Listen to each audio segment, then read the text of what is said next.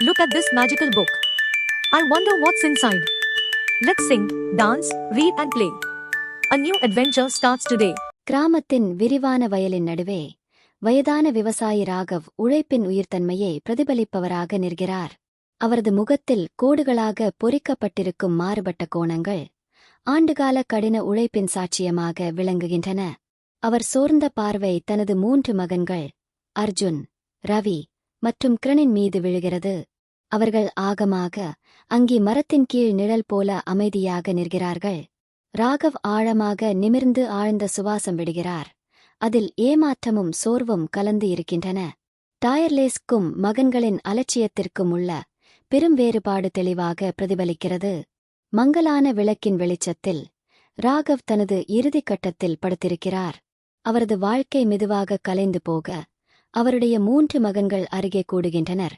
அவர்களின் முகங்களில் துக்கத்துக்கும் பேராசைக்கும் இடையே குழப்பம் தெரிகிறது.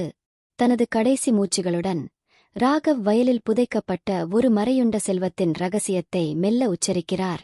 அதை கேட்டதும் அவரது மக்களின் கண்களில் பேராசையின் ஒளி மிளிர்கிறது.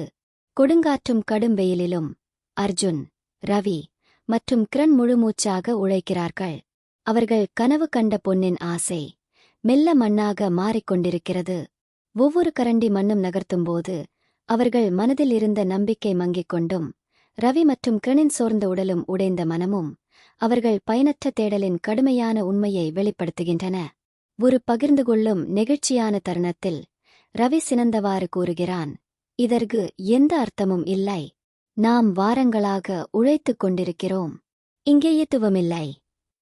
கிரணின் எண்ணத்தையும் இதேபோல் வெளிப்படுத்தும் வகையில் இந்த தேடல் ஒரு ஏமாற்றம் என்ற உணர்வு அவர்களுக்குள் வலுவாக எழுகிறது. மிகுந்த விரக்தியில் கிரண் உறுதியாக கூறுகிறான், நான் ரவியுடன் ஒத்துப்போகிறேன். இந்த பொக்கிஷம் ஒரு ஏமாற்றம். நாம் வேறொன்றும் செய்யாமல் நேரத்தை வீணடிக்கிறோம். வயல் வெறிச்சோடியாக கிடக்கிறது. அதன் புரட்டப்பட்ட மண்ணு பயனற்ற தேடலின் கதைகளை மெதுவாக சொல்லிக்கொண்டு எங்கேயும் பொன்னின் தடயமோ பழமையான ரகசியங்களோ இல்லாமல் நிற்கிறது. அர்ஜுனிற்கு உண்மை புரிந்தவுடன் அவர் தனது தோன்றிய முதுகை நேராகச் செய்கிறார். இனிமேல் அவர் பொன்னைக் காண முயலவில்லை. பதிலாக தனது காலடிகளுக்கு அடியில் இருக்கும் உண்மையான செல்வத்தை உணர்கிறார். ஒரு ஆழ்ந்த உணர்வின் தருணத்தில் அர்ஜுன் கூறுகிறான், நாம் விதைகளை விதைக்கலாம். பொக்கிஷத்திற்கான தேடலை வாழ்க்கையை வளர்ப்பதற்கு மாற்றுமாறு அனைவரையும் ஊக்குவிக்கிறான். ஆரம்பத்தில் சந்தேகப்பட்டாலும் ரவி மற்றும் கிரண் அர்ஜுனின் பார்வையை ஏற்றுக்கொள்கிறார்கள். நிலத்தின் மறைந்துள்ள வாய்ப்புகளை வளர்க்க உறுதியுடன் ஒன்று சேர்கிறார்கள். கிராமத்தின் வயல்வெளி பொன்னிறத்திலும் பசுமையிலும் மாறி சகோதரர்களின் கடின உழைப்பும் கனவுகளும் சாதகமான பலனளித்ததைக் காட்டுகிறது. பொன்னிறமாக பரந்த வயலில் சகோதரர்கள் விளைச்சலை அறுவடை செய்கிறார்கள். அவர்கள் முகங்களில் முழுமையான மகிழ்ச்சியும் அதிசயமும் பிரகாசிக்கின்றன.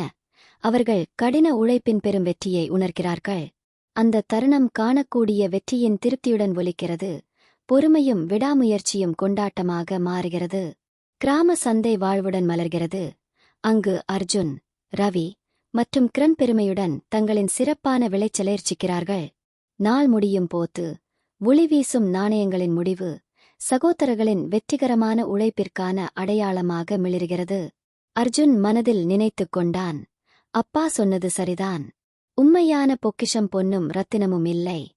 அது நமது கடின உழைப்பின் மதிப்புதான். புதிய உணர்வுடன் சகோதரர்கள் ஒருமனதாக ஒப்புக்கொள்கிறார்கள். இது நாம் கண்டுபிடித்த எந்த பொக்கிஷத்தையும் விட விலைமதிப்பற்றது. மோரல் ஆஃப் த ஸ்டோரி: கடின உழைப்புதான் உண்மையான பொக்கிஷம். வெற்றி குறுக்கு வழிகளில் கிடைக்காது. அது அர்ப்பணிப்பு முயற்சியிலும்தான் உள்ளது.